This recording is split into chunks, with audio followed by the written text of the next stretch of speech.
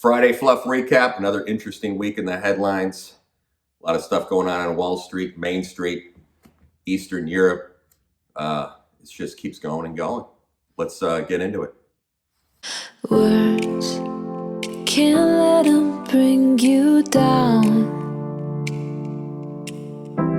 Still, silence will drown the sound. Nobody knows where the wind will blow.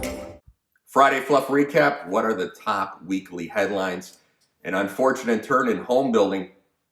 Wow, new home construction unexpectedly plunges as Biden inflation pushes costs through the roof. New construction of single-family homes fell sharply and unexpectedly in January as home builders struggle with huge cost increases. And that's data that came out last Thursday from the Department of Commerce. So home building confidence fell in January, the first decline in 4 months. Things were looking good for a little while, and they continue to tumble in February. Led by lumber and paint, building material prices just jumped up in January. Who would have thought with all the problems going on with supply chains? So moving on to stocks. U.S. stocks are being bumped around from crisis to crisis as if in a pinball machine. The uncertainty around the Federal Reserve, they're jumping around all over the place. The Federal Reserve policy and the future path of interest rates keep surfacing on a regular basis, dropping by every now and again to unsettling markets like an irritating neighbor. U.S. stock benchmarks closed sharply lower Thursday, and the Dow Jones Industrial Average, slumping more than 600 points this week, and renewed worries about Russia may soon invade Ukraine, wagging the dog. So the Dow, minus about 1.78%. ends about 1.8 lower, with the S&P 500 minus 2.12, dropping about 2.1%, and the tech-laden NASDAQ composite minus 2.88 and slid about 2.9%, according to preliminary fact sheet data. President Joe Biden told reporters Thursday morning that a Russian invasion could happen in the next several days. Nearly all the S&P 511 sectors finished lower in Thursday's slump, and losses led by information technology. Preliminary fact sheet data show the Dow's minus 1.8% slide was its largely daily drop since November 30th, according to the Dow Jones market data. Wagging the dog, the invasion was supposed to happen on Wednesday. So rising inflation is reflected in higher prices for cars, gasoline, furniture, groceries. Means the average U.S. household is spending an extra $276 a month. Inflation came in smoking hot in January, reaching another 4-decade high. But that wasn't the only thing that rattled the markets.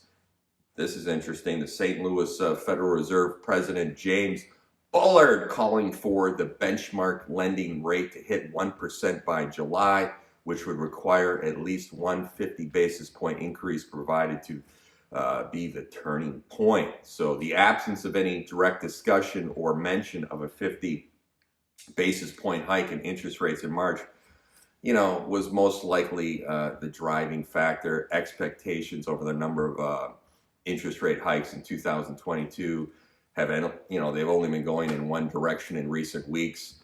Goldman Sachs raised its forecast to 7 last week. 7.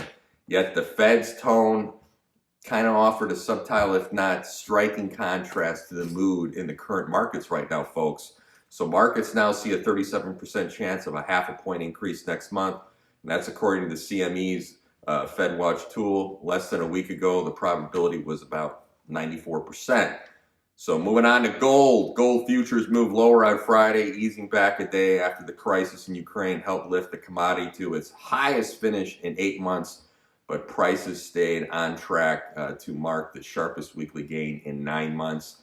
The precious metal has had a stellar week with its role as a haven for capital and store of value coming to the forefront as political tensions in Eastern Europe between Russia and Ukraine have increased. Supposed to have that invasion on Wednesday. Early Friday, the most active contract tort touched the highest level so far, and it came in at roughly 1,905 an ounce before retreating. 1,905. I got a little gold. I got it at 1100. So tensions rose along the border of Ukraine and Russia on Thursday as Biden called the threat of Russian invasion within the next several days very high. And the Secretary of State, Anthony Blinken, invited Russia foreign minister to meet in Europe next week. So it looks like the invasion's been pushed. Biden said there is a reason to believe Russia is conducting a false flag operation to create a pretext for an attack. Every indication we have had is that they're prepared to go into Ukraine, attack Ukraine, he told reporters. We got no evidence of this. Blinken spoke to the United Nations Security Council, disputing Russia's claim that they will be pulling back their forces at the border. Russia expelled the deputy chief of the U.S. diplomatic. So, diplomatic missions in Moscow, and Blinken said an attack could involve cyber attacks on Ukrainian targets, especially in the capital city of Kiev.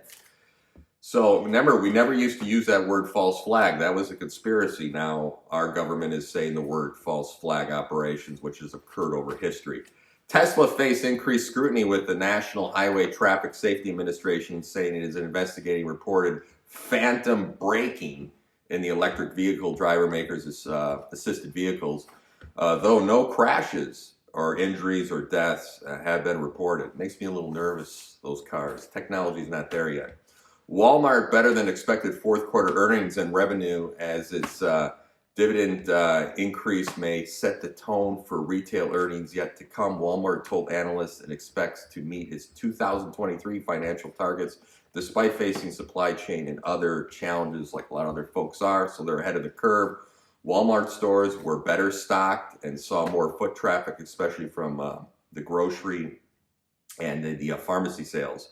CDC to update the mask guidance as states end mask mandates. The CDC, ever-evolving guidelines. You think these folks have not been politicized, ladies and gentlemen? The Center for Disease Control and Prevention Director Rochelle, done a lot of talks on her, said the Public Health Agency will update its guidance on mask wearing and other measures soon. A possible shift in its recommendations would come after multiple states have now announced plans to end their mask mandates for businesses and schools. Still making those kids wear the mask. Good news about children. The death rate for kids is 0.0 to 0.25%. Mortality rate is very low. January retail sales jumped as spending and price rose. Retail sales as stores and online sites jumped by a seasonally adjusted 3.8% in January. The Commerce Department reported better than 2.1% increase economists had expected. So as consumers bought vehicles, furniture, and building materials. So there's some consumer confidence there. They're thinking maybe the coronavirus is over and we just have to live with it. But the concern is with the home building materials have gone through the roof, and I did some talks on home building. Things were looking good, but a lot of these builders have put the brakes on right now because inflation is outpacing wages and it's just getting super expensive for materials. So we'll have to keep an eye on that. That's not good news. But, every time these presidents on the Republican and Democrat side open their mouth, and say stupid stuff, the stock market crashes 500 points. We got no data, empirical data. We just have our government saying there's going to be an invasion. Beating the drums on both sides of the political spectrum is very dangerous when you start informing the public and Wall Street and making everyone very nervous. So the date has passed. We were supposed to have an invasion on Wednesday. I have friends in the Middle East. I'm talking to them. I'm skeptical of everything on what's going on. I think we need to be very careful as a populace and a government when we open our mouths because it greatly affects the markets. Ukraine's economy has tanked because of this rhetoric right now. It's affected our markets. So I just think we need to be more careful, make sure we have the data, empirical data, before we open our mouths, because a lot of the markets have been strongly affected by this. So that's the weekly headlines. Have a great weekend.